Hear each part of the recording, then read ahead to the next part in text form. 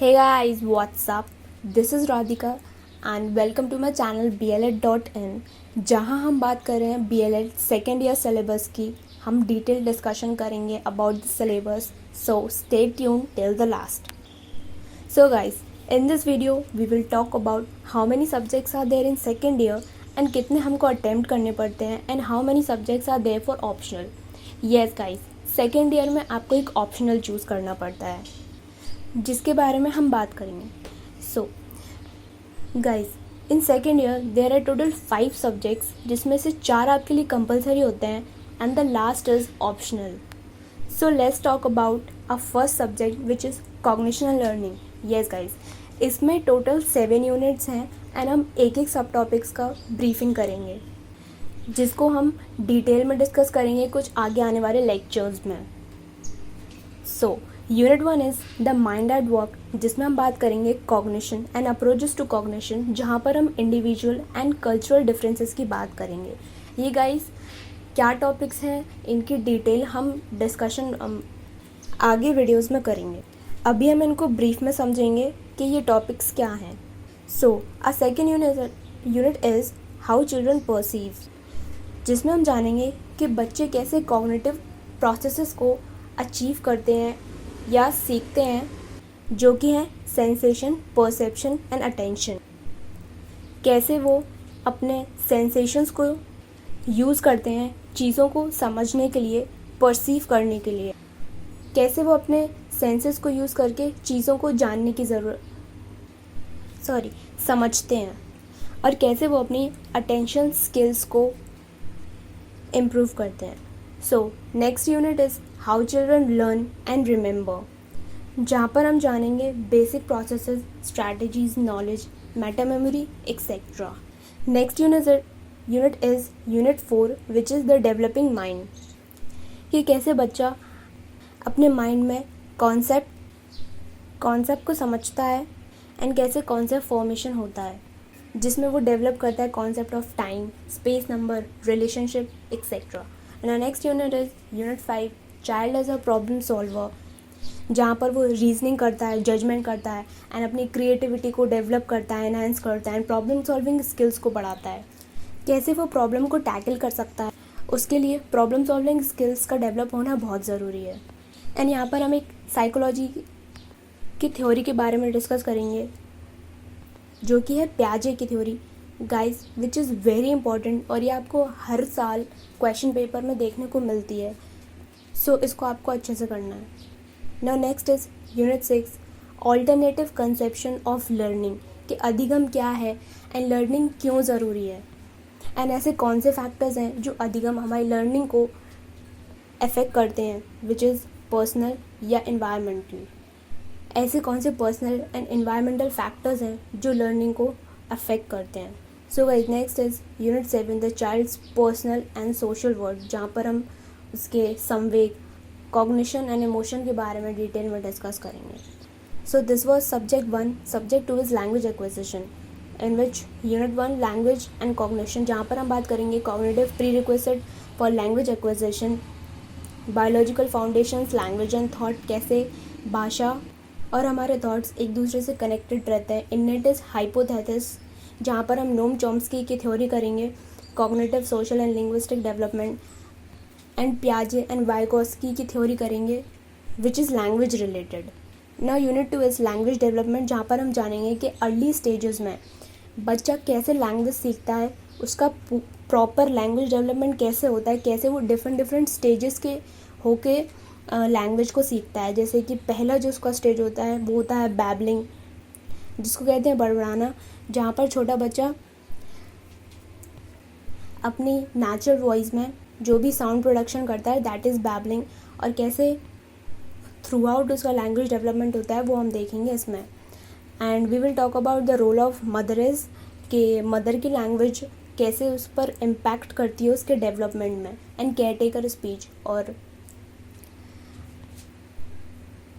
We will learn about phonology, morphology, syntax and semantics, sociological, social linguistic aspects, ये सब क्या होते हैं इनके बारे में जानेंगे. So next is unit 3 which is comprehension and production, जहाँ पर हम जानेंगे परसेप्चुअल स्ट्रैटेजीज़ क्या होती हैं, परसेप्शन ऑफ स्पीच, स्पीच क्यों इम्पोर्टेंट है, कैसे डेवलप होती है एंड हम इसको कैसे कॉम्प्रिहेंड कर सकते हैं, notions of complexity, speech production कैसे होता है, कैसे साउंड का ऑर्गेनाइजेशन होता है, encoding and performance measure, the role of errors, क्या हम लोग एरर्स प्रोड्यूस करते हैं वाइल लैंग्वेज प्रोडक्शन, एंड ऐसे कौन से एरर्स होते हैं जिनकी वजह से हम लैंग्वेज को ईजिली नहीं सीख पाते, कहीं ना कहीं लैंग्वेज सीखने में हमें प्रॉब्लम आती है. So we will study about this. Now next is unit 4 which is formal means of language acquisition with special reference to reading and writing.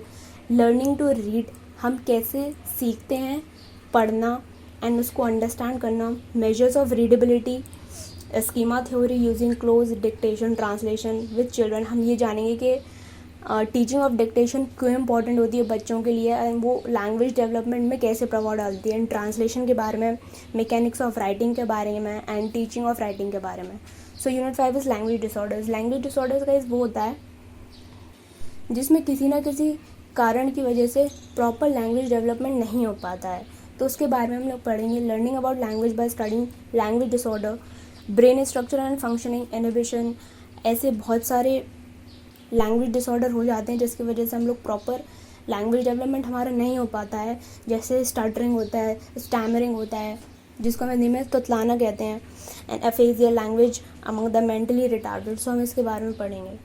So guys, the next subject is human relation and communication, in which unit 1 is personal development, जहाँ पर हम अपने खुद के self development की बात करेंगे, self identity की बात करेंगे, and human relation psycho analytic and humanistic perspectives and perspectives from women. तो इन सब के बारे में हम जानेंगे. तो सेकेंड यूनिट इज कम्युनिकेशन, जहाँ पर हम कम्युनिकेशन के बारे में बात करेंगे, चैनल्स ऑफ कम्युनिकेशंस के बारे में बात करेंगे एंड हिडन करिकुलम के बारे में बात करेंगे, एडल्ट चाइल्ड गैप के बारे में बात करेंगे. So unit 3 is human relation and education, जिसमें है behaviourist versus humanistic perspectives, peer learning, कैसे हम अपने साथ वाले या दोस्तों के साथ, जो भी हमारे पीयर ग्रुप है उनके साथ रहकर हम कैसे चीज़ों को सीखते हैं, या आपस में इंटरैक्ट करके हम कैसे हम उनका अंडरस्टैंडिंग लेवल को इंक्रीज़ कर सकते हैं. सो कम्युनिटी इन्वॉल्वमेंट, कि कम्युनिटी इन्वॉल्वमेंट क्यों ज़रूरी है एजुकेशन में, ऐसे क्या क्या फैक्टर्स हैं जो प्रभाव डालते हैं when community is also involved in education. So guys, this was all about subject third which is human relation and communication. ये बहुत शॉर्ट है, इसमें सिर्फ 3 ही यूनिट्स हैं. So guys, in this pair it is given that all these topics should be connected in Indian context. Okay, so moving on to the next is language across the curriculum. ये guys 4th subject है and these all जितना भी हमने discuss किया ये सबको पढ़ना पड़ेगा and this is compulsory for each and every student. So subject 4 is language across the curriculum, in which unit 1 is language and learning. Language is a means of construction of reality, language and experience and concept formation. Next is unit 2, which is language at school. The distinction between language as a school subject and language as a means of learning and communication. कि कैसे language के through हम एक दूसरे से communicate कर पाते हैं एट स्कूल लेवल, और कैसे नॉर्मली हमारे डेली लाइफ में language is so important, because if language नहीं है तो we will not be able to communicate with each other. So इसके बारे में हम जानेंगे. So the next is concept of registers and style, ये क्या होते हैं इनके बारे में भी जानेंगे. Different school subjects as registers. Next is unit 3, basic language competencies required at school, which is oracy. इसमें पढ़ेंगे हमारी speaking skills, listening, reading and writing. ये स्किल्स बहुत इंपॉर्टेंट होती हैं एंड कैसे ये डेवलप करती हैं, एंड विदाउट दीज हमें क्या प्रॉब्लम होगी. अगर हम इनमें से एक भी डेवलप नहीं कर पा रहे हैं तो हमें क्या क्या डिफ़िकल्टीज देखनी पड़ेंगी. Special study of reading, cognitive basis of reading, analysis of the task which is involve in reading.